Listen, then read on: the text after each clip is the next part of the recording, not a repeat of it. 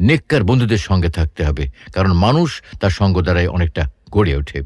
এই কথাগুলো শুধু উপদেশ নয়, এগুলো এক মানুষের জীবনে পরীক্ষা দিয়ে পাওয়া সত্য। যে মানুষটি একসময় ধর্মকে নিয়ন্ত্রণ ভাবত, সেই পরে বুঝেছে আল্লাহর বিধান আসলে বন্দিত্ব নয়, মুক্তি।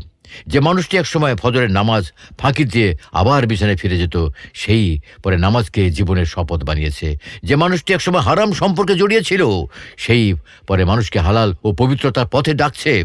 যে মানুষটি একসময় সন্দেহে কেঁপে উঠেছিল, সেই পরে ইমানের কথা বলে অন্যের অন্তর জাগাচ্ছে। হয়তো এই মুহূর্তে কেউ এই ভিডিওটি দেখছে আর মনে মনে ভাবছে, আমার জীবন তো এমন, আমিও নামাজি গাফিল, আমিও গুনাহে ডুবে যাচ্ছি, আমিও সম্পর্ক, হতাশা, শূন্যতা, আসক্তি, দুশ্চিন্তা, সন্দেহের মধ্যে রয়েছি।